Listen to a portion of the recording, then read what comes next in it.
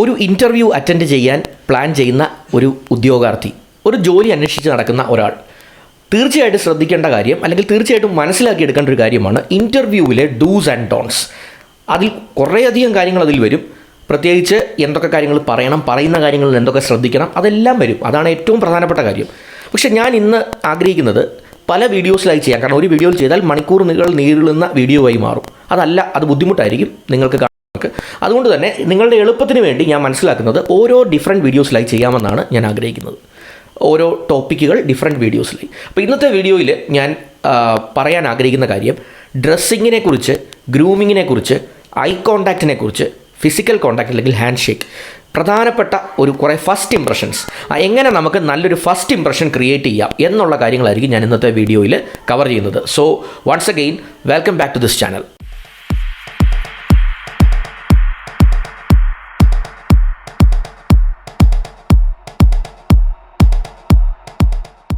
ആമുഖത്തിൽ ഞാൻ പറഞ്ഞതുപോലെ ഒരു ഇൻ്റർവ്യൂവിൽ എന്തൊക്കെ കാര്യങ്ങൾ ശ്രദ്ധിക്കണം എന്നുള്ളതിൻ്റെ ഫസ്റ്റ് ഇംപ്രഷനുമായി ബന്ധപ്പെട്ട കാര്യങ്ങളായിരിക്കും ഞാൻ ഈ വീഡിയോയിൽ പറയുക. അതിനകത്ത് ആദ്യത്തെ ഭാഗം ഡ്രസ്സിങ് എന്ന് പറഞ്ഞ ഒരു മേഖല തന്നെയാണ്. അപ്പോൾ ഡ്രസ്സിങ് എന്ന് പറഞ്ഞ മേഖലയിൽ എന്തൊക്കെ കാര്യങ്ങൾ നമ്മൾ ചെയ്യാം, എന്തൊക്കെ കാര്യങ്ങൾ ചെയ്യരുത് എന്നുള്ളത് നമുക്കൊന്ന് എക്സ്പ്ലെയിൻ ചെയ്യാം.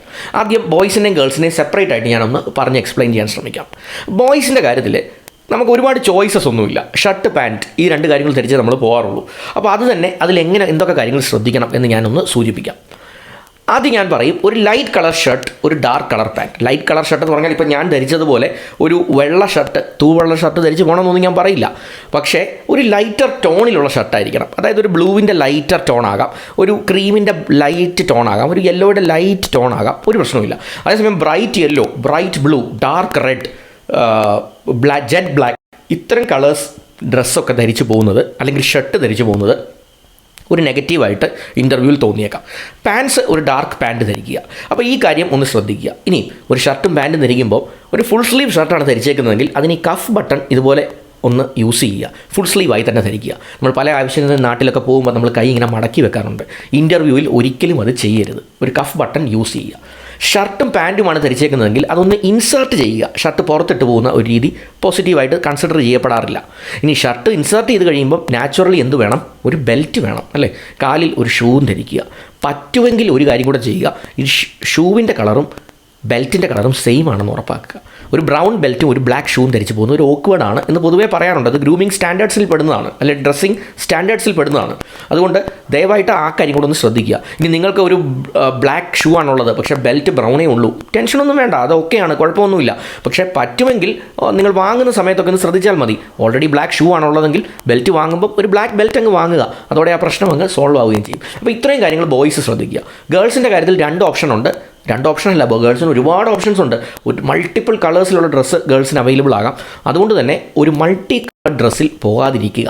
നിങ്ങളൊരു ഇന്ത്യൻ ഒരു അറ്റയറിലാണ് പോകുന്നതെങ്കിൽ, ഒരു സൽവാർ അല്ലെങ്കിൽ ചുരിദാറൊക്കെ ധരിച്ചാണ് പോകുന്നതെങ്കിൽ, ഒരു സിംഗിൾ കളർ എന്നല്ല ഞാൻ പറഞ്ഞത്, ഒരു സിംഗിൾ ടോൺ, അതും ഒരു ലൈറ്റ് ടോണുള്ള ഡ്രസ്സ് ധരിച്ച് പോവുക. ഒരു കാണുമ്പോൾ തന്നെ ഒരു എലഗൻസ് ഫീൽ ചെയ്യണം, ഒരു പ്രൊഫഷണലിസം ഫീൽ ചെയ്യണം. അപ്പോൾ ആ ഒരു രീതിയിലുള്ള ഒരു ഡ്രസ്സിങ് സ്ട്രാറ്റജി നിങ്ങൾ ഒന്ന് അഡോപ്റ്റ് ചെയ്യുക.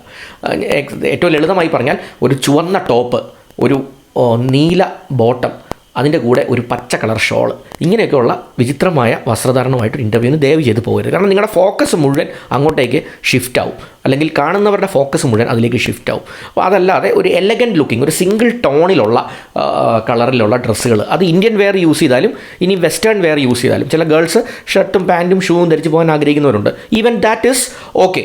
അപ്പോൾ ഈ കാര്യങ്ങളെല്ലാം ഒന്ന് ഗ്രൂമിങ്ങിൻ്റെ കാര്യത്തിൽ, ഡ്രസ്സിങ്ങിൻ്റെ കാര്യത്തിൽ ശ്രദ്ധിക്കുക.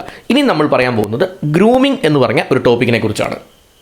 ഈ ഗ്രൂമിങ് എന്ന് പറയുമ്പോൾ ഒന്ന് ഒരുങ്ങിപ്പോവുക എന്നുള്ളതാണ് നമ്മളതിൽ ഉദ്ദേശിക്കുന്നത്. ഈ ഒരുങ്ങിപ്പോവുക എന്ന് പറയുമ്പോൾ ഒരു കാര്യം ഓർക്കണം, ഇതും നേരത്തെ ഗേൾസിൻ്റെ കാര്യത്തിൽ പറഞ്ഞതുപോലെ ഇത് നേരെ തിരിച്ചാണ്. ഗേൾസ് സാധാരണ ഗ്രൂം ചെയ്യാതെ പുറത്ത് പോകാറില്ല. അപ്പോൾ നമ്മൾ ഇൻ്റർവ്യൂവിലൊക്കെ പലയിടത്തും ചെന്നിട്ടുള്ളൂ. അപ്പോൾ ഗേൾസിനെ ഗ്രൂം ചെയ്യാതെ വന്നതായിട്ട് കണ്ടിട്ടില്ല. അവർ മുടിയൊക്കെ വ്യക്തമായി മുടി വ്യക്തമായി ചീകി ഒതുക്കിയ രീതിയിലായിരിക്കും, അല്ലെങ്കിൽ അവർ ഒരു മിനിമം മേക്കപ്പ് ഒക്കെ ചെയ്തൊരു പ്രസൻറ്റബിൾ ആയിട്ടായിരിക്കും ഒരു ഇൻ്റർവ്യൂവിന് എപ്പോഴും ഗേൾസ് എത്തുക. അതേസമയം ബോയ്സാണ് ഈ കാര്യത്തിൽ വീക്കായിട്ടുള്ളത്. നമ്മൾ പൊതുവേ ഈ കാര്യങ്ങളിലൊന്നും ശ്രദ്ധിക്കാറില്ല. നമ്മൾ മുടിയൊന്നും ചീകുന്നത് നേരെ ചൊവ്വേ ശ്രദ്ധിക്കണമെന്നില്ല ആൺകുട്ടികളുടെ കാര്യത്തിൽ.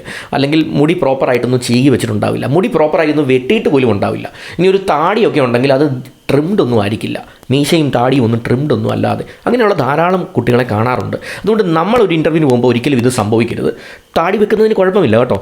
വർഷങ്ങൾക്ക് മുമ്പ് ഞങ്ങളൊക്കെ ഇൻ്റർവ്യൂ സെഷൻസിൽ പറയുമായിരുന്നു, നിങ്ങൾ പോകുമ്പോൾ നല്ല ക്ലീൻ ഷേവ് ആയിട്ട് പോകണം. ഇപ്പം അങ്ങനെയൊന്നുമില്ല, നിങ്ങൾക്കൊന്ന് താടി വെച്ച് പോകണം, ഇറ്റ്സ് ഓക്കെ, പെർഫെക്റ്റ്ലി ഓക്കെ. പക്ഷേ ഈ താടി ഒന്ന് ഗ്രൂംഡ് ആയിരിക്കണം. പോകുന്നതിന് 2 ദിവസം മുമ്പ് ഒരു സലൂണിലൊക്കെ പോയി താടിയൊക്കെ ഒന്ന് ഗ്രൂം ചെയ്ത്, നമ്മളുടെ ഒരു അറിവോടെയാണ് ഈ താടി വളർന്നത് എന്ന് കാണുന്നയാൾക്ക് തോന്നുന്ന രീതിയിൽ താടിയെ ഒന്ന് ക്രമീകരിക്കണം, അല്ലെ മീശയൊക്കെ ഒന്ന് ക്രമീകരിക്കണം. താടിയും മീശയും വെക്കുന്നതിൽ കുഴപ്പമില്ല, അത് ഗ്രൂംഡ് ആയിരിക്കണം. മുടിയൊന്ന് വളർത്തുന്ന ആൺകുട്ടികളുണ്ട്, കുഴപ്പമില്ല, പക്ഷേ അതൊന്ന് ഗ്രൂംഡ് ആയിരിക്കണം. അത് പോകുന്ന ദിവസം ഒരു ഹെയർ ബാൻഡോ ഒക്കെ യൂസ് ചെയ്ത് ഒന്ന് പ്രോപ്പറായിട്ട് ഒരുങ്ങി ഒന്ന് പോകാൻ. ഈ ഗ്രൂമിംഗ് എന്ന് പറയുന്ന മേഖലയിൽ നമ്മൾ ശ്രദ്ധിക്കേണ്ട മറ്റൊരു കാര്യമാണ് നമ്മുടെ ഹാൻഡ്സിനെ ഒന്ന് ശ്രദ്ധിക്കണം, നമ്മുടെ കൈകളെ ഒന്ന് ശ്രദ്ധിക്കണം. പ്രത്യേകിച്ച് ഇൻ്റർവ്യൂവിൽ നമ്മൾ പലപ്പോഴും കൈകളൊക്കെ ഉപയോഗിച്ച് സംസാരിക്കാറുണ്ട്. അപ്പോൾ നമ്മുടെ കയ്യിൽ നഖങ്ങളൊക്കെ വളരെയധികം വളർന്ന് അത്ര വൃത്തിയല്ലാത്ത രീതിയിൽ ശ്രദ്ധിക്കാനിടയായാൽ അതും ഒരു നെഗറ്റീവായിട്ട് നമ്മൾ കരുതപ്പെടും, അല്ലെങ്കിൽ ഇൻ്റർവ്യൂ പാനലിന് അത് തോന്നിയേക്കാം. കാരണം നമ്മളുടെ സ്വന്തം കാര്യങ്ങളിൽ പോലും നമ്മൾ ഇത്ര കെയർഫുൾ അല്ലാത്ത ഒരാൾ ഒരു കമ്പനിയുടെ കാര്യം അല്ലെങ്കിൽ ഒരു കോർപ്പറേറ്റ് ഒരു ഒഫീഷ്യൽ കാര്യം എങ്ങനെ ഹാൻഡിൽ ചെയ്യും എന്നുള്ള കാര്യവും ശ്രദ്ധയിൽപ്പെടും. അപ്പോൾ ഇത്തരം സൂക്ഷ്മമായ കാര്യങ്ങൾ പോലും നമ്മുടെ ഗ്രൂമിങ്ങിൻ്റെ ഭാഗമായി നമ്മളൊന്ന് ശ്രദ്ധിക്കണം എന്നുള്ള കാര്യം ഒന്ന് പ്രത്യേകം ശ്രദ്ധിക്കുക. അപ്പോൾ കൈകളിലെ നഖം, പ്രത്യേകിച്ച് ചില ആൺകുട്ടികളൊക്കെ ഒരു വിരലിൽ മാത്രം നഖം വളരെ നീട്ടി വളർത്തിയ രീതിയൊക്കെ കാണാറുണ്ട്. വെറുതെ ഒരു തമാശയ്ക്ക് ചെയ്യുന്നതായിരിക്കും, പക്ഷേ അത് കൊടുക്കുന്ന ഒരു മെസ്സേജ് പലപ്പോഴും നെഗറ്റീവായിരിക്കും. ഒരു ഇൻ്റർവ്യൂവിൽ നമുക്ക് പറ്റിയ ഒരു കാര്യം അല്ല. ഇനി അതിനേക്കാൾ വിചിത്രമാണ് ഈ പറഞ്ഞ പോലെ എല്ലാ നഖങ്ങളും നീണ്ടു വളർന്നിതൊന്നും ശ്രദ്ധിക്കാതെ ഉപേക്ഷിക്കപ്പെട്ട നിലയിൽ കിടക്കുന്നത് പോലെ, അല്ലെങ്കിൽ ഒരു ഹൈജീനിക് അല്ലാതെ ഒരു ഹൈജീൻ കാര്യങ്ങളൊക്കെ നമ്മളൊന്ന് ശ്രദ്ധിക്കണം എന്നുള്ള കാര്യം ഒന്ന് ശ്രദ്ധിക്കുക. അപ്പോൾ ഇത്രയും കാര്യങ്ങളാണ് ജനറലി ഗ്രൂമിങ്ങുമായി ബന്ധപ്പെട്ട് പറയാനായിട്ടുള്ളത്. ഇനി നമുക്ക് വളരെ പ്രധാനപ്പെട്ട മറ്റൊരു ഏരിയ, ഇൻ്റർവ്യൂവിൻ്റെ ആദ്യ ഘട്ടത്തിലെ ഫസ്റ്റ് ഇംപ്രഷനെ ബാധിക്കുന്ന ഒന്ന്, അതാണ് ഐ കോണ്ടാക്റ്റ് എന്ന് പറയുന്നത്. ഉദാഹരണത്തിന്, ഞാൻ ഇൻ്റർവ്യൂ അറ്റൻഡ് ചെയ്യുന്ന ഒരാളാണെന്ന് കരുതുക. ഞാൻ ഇൻ്റർവ്യൂ അറ്റൻഡ് ചെയ്യാൻ വന്നിരിക്കുന്ന ആളാണ്. നിങ്ങൾ ഇത് കണ്ടുകൊണ്ടിരിക്കുന്ന നിങ്ങൾ ഒരു ഇൻ്റർവ്യൂ എടുക്കുന്നയാൾ, അല്ലെങ്കിൽ ഇൻ്റർവ്യൂവിൽ ആ ഡിസിഷൻ എടുക്കുന്ന ഇൻ്റർവ്യൂ പാനലിൻ്റെ ചെയർമാനാണ്, നടുക്കിരിക്കുന്നയാൾ. നിങ്ങളുടെ ഇടതുവശത്തും നിങ്ങളുടെ വലതുവശത്തും ഓരോരുത്തർ ഇരിപ്പുണ്ട്. 3 പേര് ഇൻ്റർവ്യൂവിലുണ്ട്. ഞാൻ അറ്റൻഡ് ചെയ്യുകയാണ്. അപ്പം നിങ്ങൾ എന്നോടൊരു ചോദ്യം ചോദിക്കുന്നു, can you please introduce your self? അപ്പം ഞാൻ നാച്ചുറലി നിങ്ങളോട് ആൻസർ ചെയ്യും. പല കാൻഡിഡേറ്റ്സും ചെയ്യുന്നത് ഞാൻ പറഞ്ഞു തരാം. ഒന്നുകിൽ ഈ ചോദിച്ച ആളിനെ നോക്കി അങ്ങ് ആൻസർ ചെയ്യും, അദ്ദേഹത്തിനെ നോക്കി അങ്ങ് ആൻസർ. ഇപ്പം ഞാൻ ക്യാമറയിലേക്ക് നോക്കി സംസാരിക്കുന്നത് കൊണ്ട് കേട്ടുകൊണ്ടിരിക്കുന്ന ആളിനെ നോക്കുന്നത് പോലെയാണല്ലോ നിങ്ങൾക്ക് ഫീൽ ചെയ്യുന്നത്. ഇതുപോലെ തന്നെയായിരിക്കും ഇൻ്റർവ്യൂവിൽ റിയൽ ആയിട്ടിരിക്കുന്നവർക്കും ഫീൽ ചെയ്യുക. കാരണം അവരുടെ കണ്ണിൽ നോക്കി സംസാരിക്കുമ്പോൾ I'm speaking to you. ചില കാൻഡിഡേറ്റ്സ് എന്താ ചെയ്യുന്നതെന്നറിയോ, ഇങ്ങനെ മാനത്തേക്ക് നോക്കി സംസാരിക്കുന്നവരെ ഞാൻ കാണാറുണ്ട് ഇൻ്റർവ്യൂകളിൽ. Good morning, sir. My name is Krishnaraj and I come from Kottayam and I am a graduate in BTech എന്നൊക്കെ പറഞ്ഞ് ഇങ്ങനെ മാനത്തേക്ക് നോക്കി സംസാരിക്കും. ചിലർ തറയിലേക്ക് നോക്കി സംസാരിക്കും. Good morning sir, my name is Krishnaraj, ഇങ്ങനെ പറഞ്ഞ് കണ്ണിലേക്ക് നോക്കാതെ. Never do that. ആ ചോദിച്ച ആളിനെ കണ്ണിലേക്ക് നോക്കി തന്നെ സംസാരിക്കാനായിട്ട് ഒന്ന് ശ്രമിക്കുക. അവിടെ കൊണ്ട് തീർന്നില്ല, ഒരു കാര്യം കൂടെ ശ്രദ്ധിക്കണം. എന്താണെന്നറിയോ, അത് നമ്മൾ പറയുന്നതിനിടയ്ക്ക് ഈ നിങ്ങളുടെ ഇടതുവശത്തിരിക്കുന്ന ഒരാളുണ്ടല്ലോ, അദ്ദേഹത്തിനോടും കൂടി ആയിട്ട് സംസാരിക്കണം. അപ്പം ഇടയ്ക്ക് ഐ കോണ്ടാക്റ്റ് അവരിലേക്കും കൂടെ ഒന്ന് സ്പ്രെഡ് ചെയ്ത് സംസാരിക്കുന്ന കൂടെ ഇങ്ങനെ അവരോട് കൂടിയായിട്ട് സംസാരിക്കുക. അതിനുശേഷം അടുത്ത ഒരു പോയിന്റ് പറയുമ്പോഴത്തേക്കും നമ്മൾ വലതുവശത്തിരിക്കുന്ന ആളിനെ നോക്കി അവരോട് കൂടെ ആയിട്ട് സംസാരിക്കുക. ഉത്തരം പറഞ്ഞ് കൺക്ലൂഡ് ചെയ്യുന്ന സമയത്ത് ചോദിച്ച ആളിനോട് നോക്കി കൺക്ലൂഡ് ചെയ്യുക. അപ്പോൾ ചോദിച്ച ആൾക്ക് ഫീൽ ചെയ്യും എന്നോട് കൂടിയാണ് പറഞ്ഞത്, ഇടതുവശത്തും വലതുവശത്തും ഇരിക്കുന്നവർക്ക് ഫീൽ ചെയ്യും അവരോട് കൂടെയാണ് സംസാരിച്ചത് എന്ന്. അപ്പോൾ ഇത് എപ്പോഴും ശ്രദ്ധിക്കുക. ഇൻ്റർവ്യൂ പാനലിരിക്കുന്ന എല്ലാവരുമായി ഐ കോണ്ടാക്റ്റ് മെയിൻറ്റെയിൻ ചെയ്യണം, ചോദിക്കുന്ന ആളിനോട് മാത്രമല്ല. കാരണം അവരുമെല്ലാം നിങ്ങളെ ജഡ്ജ് ചെയ്യാനിരിക്കുന്നവരാണ്. അപ്പോൾ ഇതിൽ ഈ 3 പേരിൽ അല്ലെ 2 പേരിൽ ആരാണ് ചോദ്യം ചോദിച്ചത് എന്നുള്ളതിനെ അപ്രസക്തമാണ്. ബാക്കിയുള്ളവരോടും കൂടി ആയിട്ട് വേണം സംസാരിക്കാൻ. ബാക്കിയുള്ളവരോടും കൂടെ ആയിട്ട് എന്ന് പറയുമ്പം അവരുടെ കണ്ണിലേക്കും കൂടെ നോക്കണം എന്നാണ് ഞാൻ ഉദ്ദേശിച്ചത്. അവരോട് കൂടെ ആയിട്ട് സംസാരിക്കണം എന്നുള്ളതാണ്. അടുത്തൊരു കാര്യം, ഇൻ്റർവ്യൂവിൽ സംസാരിക്കുമ്പോൾ പ്രത്യേകിച്ച് ആശയങ്ങളൊക്കെ പറഞ്ഞ് കൺക്ലൂഡ് ചെയ്യുന്ന സമയത്ത് ഒരു പുഞ്ചിരിയൊക്കെ മുഖത്തേക്ക് കൊണ്ടുവരിക. എപ്പോഴും ഇങ്ങനെ പുഞ്ചിരിക്കണമെന്നല്ല പറയുന്നത്. കാര്യങ്ങളൊക്കെ പറഞ്ഞത് കൺക്ലൂഡ് ചെയ്യുന്ന സമയത്ത് ഒരു പുഞ്ചിരിച്ച മുഖത്തോടു കൂടി ഒന്ന് കൺക്ലൂഡ് ചെയ്യുക. അല്ലെ പറഞ്ഞ ശേഷം ഒന്ന് പുഞ്ചിരിച്ച മുഖത്തോടു കൂടി അവരെ ഒന്ന് നോക്കുക. ആ പുഞ്ചിരിച്ച മുഖത്തിന് ഒരുപാട് അഡ്വാൻറ്റേജ് നമുക്ക് നേടിത്തരാൻ സാധിക്കും. അപ്പോൾ ഇത്രയും കാര്യങ്ങൾ ഗ്രൂമിങ്ങിൻ്റെ ഭാഗമായിട്ട്, നമ്മളുടെ ഐ കോണ്ടാക്റ്റിൻ്റെ ഭാഗമായിട്ട്, ഗ്രൂമിങ്ങിൻ്റെ അല്ല ഐ കോണ്ടാക്റ്റിൻ്റെ ഭാഗമായി ശ്രദ്ധിക്കുക.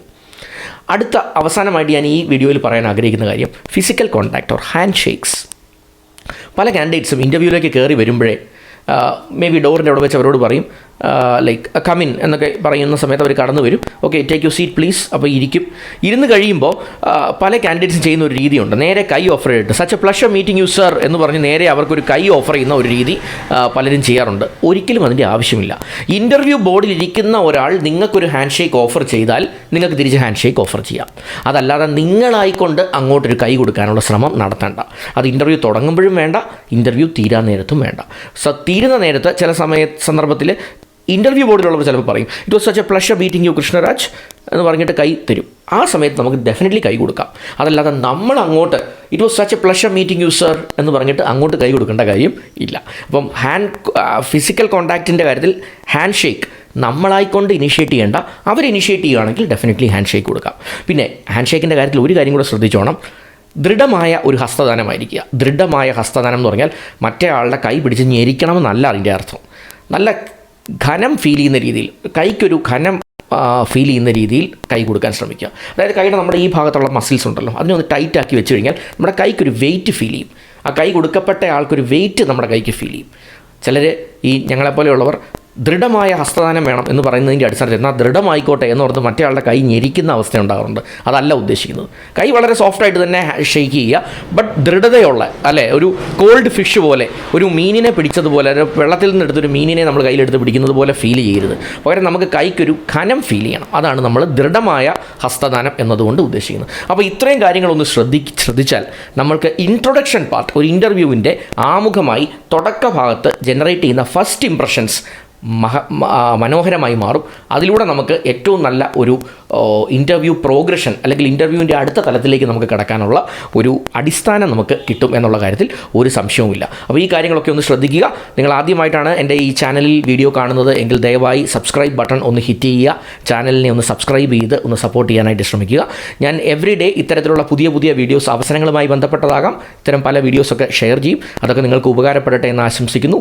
Once again thanks for watching. Wish you all the best.